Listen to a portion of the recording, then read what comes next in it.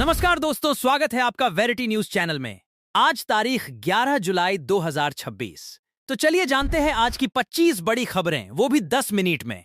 इसके पहले अगर आप चैनल पर नए हैं तो चैनल को सब्सक्राइब करें और वीडियो को लाइक करें ताकि आपको वीडियो की नोटिफिकेशन मिलती रहे। मानसून सत्र शुरू होने से पहले देश की राजनीति में हलचल तेज हो गई है। जहां एक तरफ प्रधानमंत्री नरेंद्र मोदी के नेतृत्व वाला एनडीए गठबंधन मजबूती के साथ आगे बढ़ता दिखाई दे रहा है, वहीं दूसरी तरफ एनडीए गठबंधन के भीतर मतभेदों की खबरें सामने आ रही हैं। राजनीतिक गलियारों में चर्चा है कि कई क्षेत्रीय दल अपनी रणनीति पर पुनर्विचार कर रहे हैं। कांग्रेस और उसके सहयोगी दलों के बीच कुछ मुद्दों को लेकर मतभेद बढ़ने की बातें सामने आई हैं। ऐसे में संसद का आगामी मॉनसून सत्र काफी हंगामेदार रहने की संभावना जताई जा रही है। विशेषज्ञों का मानना है कि महिला आरक्षण, परिसीमन, आर्थिक नीतियां और राज्यों के अधिकार जैसे मुद्दे विपक्ष सरकार को घेरने की तैयारी में है। नेशनल कॉन्फ्रेंस के अध्यक्ष फारूक अब्दुल्ला ने जम्मू कश्मीर को पूर्ण राज्य का दर्जा बहाल करने की मांग को लेकर बड़ी राजनीतिक अभियान शुरू किया है। दिल्ली के जंतर मंतर पर प्रस्तावित प्रदर्शन के लिए उन्होंने कांग्रेस, एनडीए गठबंधन के दलों, विभिन्न सामाजिक संगठनों और यहां तक कि भाजपा को भी आमंत्रित किया है। यह कदम इसलिए महत्वपूर्ण माना जा रहा है क्योंकि राज्य का दर्जा बहाल करने का मुद्दा लगातार राष्ट्रीय राजनीति का विषय बना हुआ है। राजनीतिक विश्लेषकों का कहना है कि यदि इस मुद्दे पर व्यापक राजनीतिक सहमति बनती है तो केंद्र सरकार पर दबाव बढ़ सकता है। आने वाले दिनों में यह मुद्दा राष्ट्रीय राजनीति में और अधिक प्रमुखता से उभर सकता है। पश्चिम बंगाल की राजनीति में आज बड़ी घटनाक्रम देखने को मिला। तृणमूल कांग्रेस के 3 पूर्व राज्यसभा सांसद भाजपा में शामिल हो गए हैं। राजनीतिक जानकार इसे ममता बनर्जी के लिए बड़ा झटका मान रहे हैं। भाजपा इसे अपने संगठन के विस्तार और राज्य में बढ़ते प्रभाव का संकेत बता रही है। दूसरी ओर तृणमूल कांग्रेस का कहना है कि इससे उसकी जनाधार राजनीति पर कोई असर नहीं पड़ेगा। हालांकि इस घटनाक्रम ने पश्चिम बंगाल की राजनीतिक तस्वीर को एक बार फिर चर्चा के केंद्र में ला दिया है और आने वाले समय में राज्य की राजनीति और दिलचस्प हो सकती है। केंद्र सरकार ने सोशल मीडिया प्लेटफॉर्म्स को लेकर सख्त संकेत दिए हैं। कुछ प्लेटफॉर्म्स पर आपत्तिजनक और अवैध सामग्री मिलने के बाद सरकार ने जवाब मांगा है और नियमों के पालन को लेकर चेतावनी भी दी है। सूत्रों के अनुसार सरकार डिजिटल सुरक्षा, बच्चों की ऑनलाइन सुरक्षा और सोशल मीडिया प्लेटफॉर्म्स की जवाबदेही को लेकर नए कदमों पर विचार कर रही है। प्रधानमंत्री नरेंद्र मोदी ने भी हाल ही में सोशल मीडिया उपयोग को लेकर अंतर्राष्ट्रीय मॉडलों का उल्लेख किया है। इस मुद्दे पर राजनीतिक बहस भी तेज हो गई है। सरकार इसे सुरक्षा और जिम्मेदारी का विषय बता रही है, जबकि विपक्ष अभिव्यक्ति की स्वतंत्रता के पहलुओं पर सवाल उठा रहा है। प्रधानमंत्री नरेंद्र मोदी के ऑस्ट्रेलिया दौरे को लेकर राजनीतिक और कूटनीतिक हलकों में चर्चा तेज है। भारत और ऑस्ट्रेलिया के बीच कई महत्वपूर्ण मुद्दों पर बातचीत हुई है, जिनमें व्यापार, तकनीक, सुरक्षा और इंडो पैसिफिक क्षेत्र में सहयोग प्रमुख हैं। सरकार का दावा है कि यह दौरा भारत की वैश्विक भूमिका को और मजबूत करेगा। वहीं विपक्ष विदेश नीति से जुड़े कुछ मुद्दों पर सरकार से सवाल पूछ रहा है।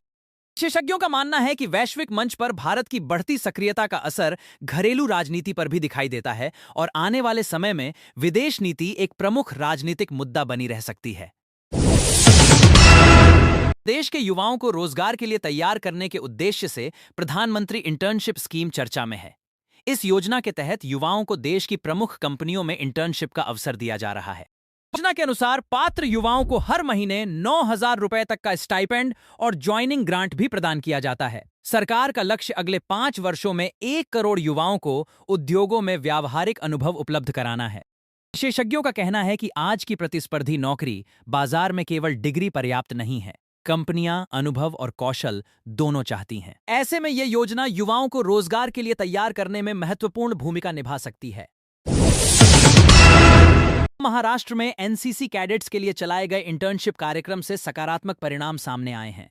रिपोर्ट के अनुसार 60 से अधिक कैडेट्स को विभिन्न क्षेत्रों में व्यावहारिक प्रशिक्षण मिला है, जिससे उनके करियर विकल्पों का दायरा बढ़ा है। सरकारी अधिकारियों का कहना है कि ऐसे कार्यक्रम युवाओं को पढ़ाई और रोजगार के बीच की दूरी कम करने में मदद करते हैं। उद्योग जगत भी इस पहल को सकारात्मक कदम मान रहा है, क्योंकि इससे प्रशिक्षित मानव संसाधन उपलब्ध हो रहे हैं।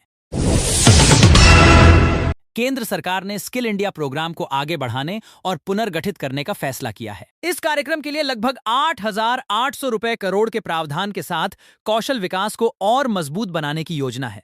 सरकार का focus artificial intelligence, digital technology, electronics, data analytics और उभरती तकनीकों से जुड़े कौशलों पर है। माना जा रहा है कि आने वाले वर्षों में तकनीकी क्षेत्रों में रोजगार के नए अवसर पैदा होंगे और ये कार्यक्रम युवाओं को उन अवसरों के लिए तैयार करेगा। प्रधानमंत्री विकसित भारत रोजगार योजना को लेकर सरकार का दावा है कि इससे बड़े पैमाने पर रोजगार सृजन को बढ़ावा मिलेगा। योजना के तहत नए कर्मचारियों और उन्हें नियुक्त करने वाले नियोक्ताओं दोनों को वित्तीय सहायता देने का प्रावधान किया गया है। सरकारी आंकड़ों के अनुसार इस योजना का उद्देश्य करोड़ों रोजगार अवसरों को बढ़ावा देना है। पहली बार नौकरी पाने वाले युवाओं को विशेष प्रोत्साहन राशि देने की भी व्यवस्था की गई है। रोजगार विशेषज्ञों का मानना है कि यदि इसका प्रभावी क्रियान्वयन हुआ तो निजी क्षेत्र में भर्ती की गति बढ़ सकती है। डिजिटल अर्थव्यवस्था और कृत्रिम बुद्धिमत्ता के बढ़ते प्रभाव को देखते हुए केंद्र सरकार ने फ्यूचर स्किल्स प्राइम जैसे कार्यक्रमों पर विशेष ध्यान देना शुरू किया है। इस पहल का उद्देश्य युवाओं और आईटी पेशेवरों को नई तकनीकों में प्रशिक्षित करना है। विशेषज्ञों का मानना है कि आने वाले दशक में एआई, साइबर सुरक्षा, क्लाउड कंप्यूटिंग, मशीन लर्निंग और डेटा साइंस जैसी तकनीकों में लाखों नए रोजगार अवसर पैदा हो सकते हैं। ऐसे में सरकार की यह पहल युवाओं को भविष्य की नौकरियों के लिए तैयार करने की दिशा में महत्वपूर्ण कदम मानी जा रही है। सबसे बड़ी खबर मध्य पूर्व से आ रही है। ईरान के बुशेहर परमाणु संयंत्र के आसपास हमले की खबरों के बाद पूरे क्षेत्र में तनाव बढ़ गया है। ईरानी अधिकारियों ने पुष्टि की है कि संवेदनशील क्षेत्र को निशाना बनाया गया था। इस घटनाक्रम के बाद वैश्विक शक्तियां स्थिति पर करीबी नजर बनाए हुए हैं। विशेषज्ञों का मानना है कि यदि तनाव और बढ़ता है तो इसका असर वैश्विक तेल बाजार, समुद्री व्यापार मार्गों और अंतर्राष्ट्रीय सुरक्षा पर पड़ सकता है। संयुक्त राष्ट्र समेत कई देशों ने संयम बरतने की अपील की है। यूरोप से आई खबर ने पूरी दुनिया को चिंतित कर दिया है। जर्मनी में रिकॉर्ड तोड़ गर्मी के कारण 5000 से अधिक लोगों की मौत होने की सूचना है। लगातार बढ़ते तापमान ने स्वास्थ्य सेवाओं और प्रशासन के सामने बड़ी चुनौती खड़ी कर दी है। जलवायु वैज्ञानिकों का कहना है कि अत्यधिक गर्मी की घटनाएं अब अधिक बार और अधिक तीव्र रूप में सामने आ रही हैं। कई यूरोपीय देशों ने आपातकालीन गर्मी प्रबंधन योजनाएं लागू कर दी हैं। भारत की कूटनीति को लेकर एक बड़ी अंतर्राष्ट्रीय खबर सामने आई है। प्रधानमंत्री नरेंद्र मोदी ने ऑस्ट्रेलिया दौरे के बाद क्षेत्रीय सहयोग, व्यापार और सुरक्षा से जुड़े मुद्दों पर कई महत्वपूर्ण बैठकों में भाग लिया। साथ ही भारत, न्यूजीलैंड और अन्य साझेदार देशों के साथ संबंधों को मजबूत करने पर भी जोर दिया गया। विश्लेषकों का मानना है कि इंडो पैसिफिक क्षेत्र में भारत की बढ़ती भूमिका वैश्विक रणनीतिक समीकरणों को प्रभावित कर रही है और आने वाले वर्षों में यह क्षेत्र विश्व राजनीति का प्रमुख केंद्र बना रहेगा। ऑस्ट्रेलिया में प्रमुख दूरसंचार सेवा बाधित होने के बाद लाखों उपभोक्ता प्रभावित हुए हैं। संचार सेवाओं में आई रुकावट के कारण आपातकालीन सेवाओं तक भी असर पहुंचा। सरकार ने संबंधित कंपनी से जवाब तलब किया है और संभावित दंडात्मक कार्रवाई की चेतावनी दी है। इस घटना ने डिजिटल अवसंरचना की सुरक्षा और विश्वसनीयता पर वैश्विक बहस को फिर से तेज कर दिया है। विशेषज्ञों का कहना है कि आधुनिक अर्थव्यवस्था में संचार नेटवर्क का मजबूत और सुरक्षित होना बेहद आवश्यक है। भारत और न्यूजीलैंड इस वर्ष अपने 100 वर्षों के खेल और जनसंपर्क संबंधों का उत्सव मना रहे हैं। दोनों देशों ने खेल, शिक्षा, व्यापार और सांस्कृतिक सहयोग को और मजबूत करने की प्रतिबद्धता जताई है। कूटनीतिक विशेषज्ञों का कहना है कि भारत की वैश्विक भागीदारी अब केवल व्यापार तक सीमित नहीं है, बल्कि सांस्कृतिक और रणनीतिक साझेदारियों के माध्यम से भी तेजी से विस्तार कर रही है।